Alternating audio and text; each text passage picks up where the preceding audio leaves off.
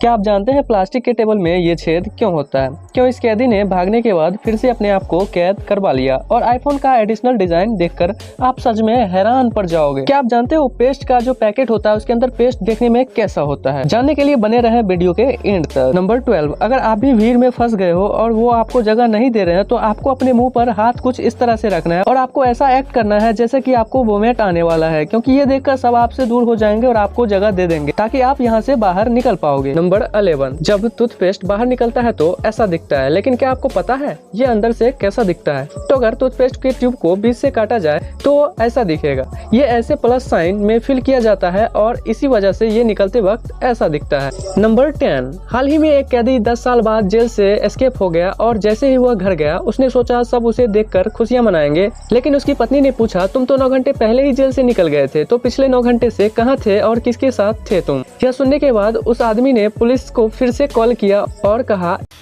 उठा ले रे देवा। नंबर 9, ये लाइन के बारे में बहुत ही कमाल का फैक्ट है। लाइन पूरा पेट भरने के बाद टोटल 24 घंटे तक सो सकते हैं और 2 दिन के लिए रिलैक्स कर सकते हैं। नंबर 8, आपको कई बार स्पैम कॉल आए होंगे जिसमें वो आपको न जाने क्या क्या खरीदने के लिए बोल रहे होंगे और उनको मना करने के बाद भी वो आपको कॉल करते रहते हैं। इसीलिए जब भी आप पहली बार कॉल करें और आपका नाम पूछे तो आप कहना नहीं ये मेरा नाम नहीं है, ये रॉन्ग नंबर है। इससे हो सकता है वो आपको अपने लिस्ट से निकाल दें और उसके बाद वो शायद आपको फिर से कॉल न करे, क्योंकि उनके हिसाब से ये एक रॉन्ग नंबर है। ये एक अच्छी ट्रिक है जो 80% टाइम काम करती है। नंबर 7, अगर आप शॉपिंग मॉल में गए हो और अपने साथ बैग लाना भूल गए हो तो आपको एक्स्ट्रा 15 से 20 रुपए देकर बैग लेना पड़ता है। पर असल में ये जो 15 से 20 रुपए ये चार्ज करते हैं ये असल में इनलीगल है, क्योंकि उसके बैग पे उनका लोगो है और लोगो वाले बैग को बेच नहीं सकते, वो लीगल नहीं माना जाता है, क्योंकि आप उनके लिए एक टाइप के प्रमोशन भी कर रहे हो। इसीलिए बैग के पैसे तभी देना जब बैग प्लेन हो।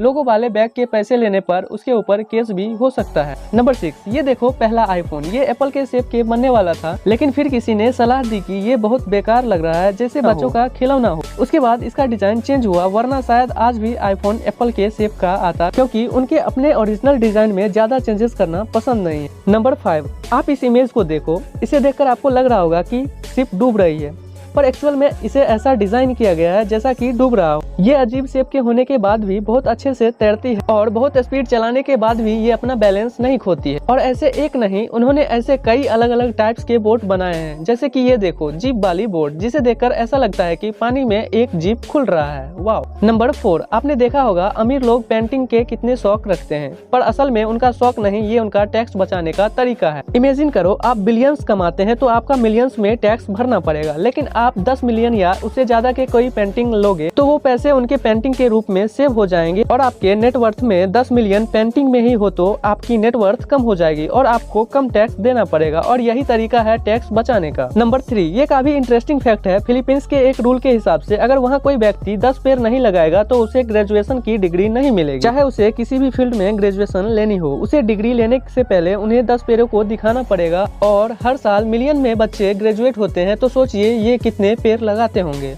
नंबर 2, आपको हिरोशिमा और नागासाकी बम ब्लास्ट के बारे में पता ही होगा, लेकिन एक्चुअली में ये नागासाकी पर नहीं गिरने वाला। दरअसल अमेरिका बस जापान को शांत करना चाहता था और वह बहुत कम नुकसान करना चाहता था, इसीलिए उन्होंने कोकोरा सिटी पर गिराने का सोचा था, जहां बहुत कम लोग रहते थे। लेकिन फिर बहुत ज्यादा घने बादल होने की वजह से बमबार को आगे कुछ दिख नहीं रहा था, तो उन्होंने उसे नागासाकी पर गिरा दिया। अगर ये कोकोरा पर गिरता तो भी बहुत ही भयानक होता, लेकिन इसे ज्यादा लोगों का सफर नहीं करना पड़ता। नंबर 1, आपने भी प्लास्टिक के टूल में ऊपर एक हॉल देखा होगा। आखिर इस हॉल का काम क्या होता है? अगर आपको लगता है कि ये बस उठाने के लिए उपयोग किया जाता है तो आप बिल्कुल गलत हो। जैसा कि आपको पता है ऐसे टूल को एक के ऊपर एक रखा जाता है और अगर ये हॉल नहीं होंगे तो एयर प्रेशर और वैक्यूम की वजह से इन्हें अलग करने के लिए बहुत ज्यादा ताकत चाहिए होगी और साथ में आपको यकीन नहीं होगा, लेकिन अगर कोई ओवरवेटेड आदमी स्टूल पर खड़ा होता है और वह स्टूल आसानी से नहीं टूटता है तो इसके पीछे भी इस हॉल का काम होता है और ये मटेरियल का भी बचत करता है। वीडियो अच्छी लगी हो तो वीडियो को लाइक करना और अपने दोस्तों के साथ शेयर भी करना, ताकि उनको पता चले कि आप कितने अमेजिंग वीडियोस देखते हो। और ऐसे ही वीडियोस आगे देखते रहने के लिए हमारे चैनल को सब्सक्राइब जरूर करना।